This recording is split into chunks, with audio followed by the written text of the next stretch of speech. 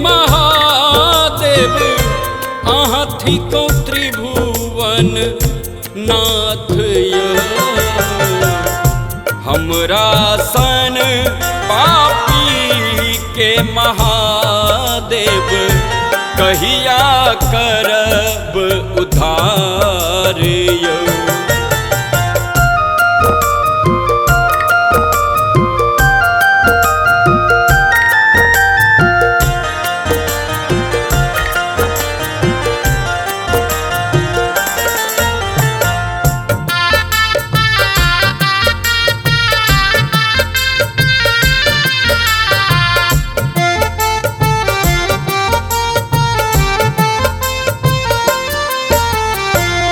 अगल बगल में भांगक झोरी गर्दन में अछि बिख धर डोरी।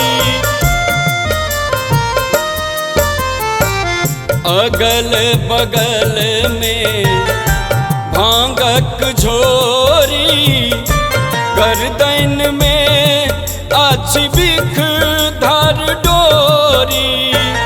अपने महादेव ध्यान मगन छथि अपने महादेव ध्यान मगन छथि गौरी पिसथिन भांग यह हमरा सन पापी के महादेव कहिया करब उद्धार यौ।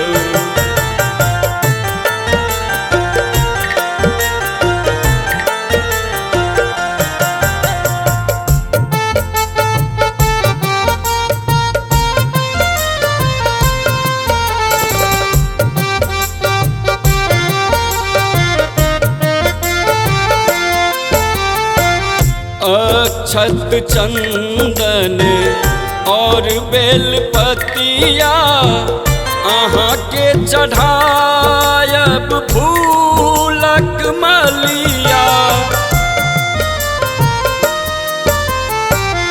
अक्षत चंदन और बेलपतिया अहाँ के चढ़ायब फूलक मलिया।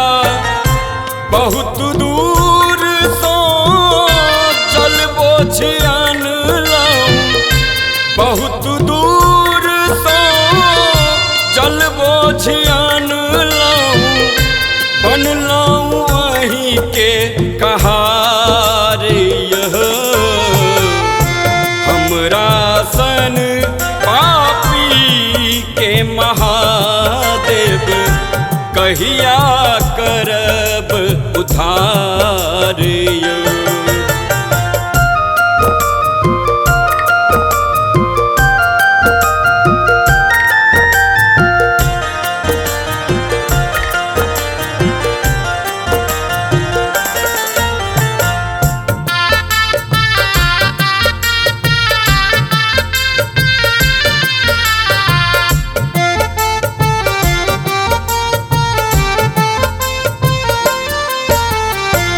जग भरि सोए लहू ठुकराई अहिंक चरण सो गेलहू लिपटाई। जग भरि सोए लहू ठुकराई अहिंक चरण सो गेलहू पूजा पाठ हम किछुओ न जानी पूजा पाठ हम किछुओ न जानी नहीं केलऊं किछु दान यह हमरा सन पापी के महादेव कहिया करब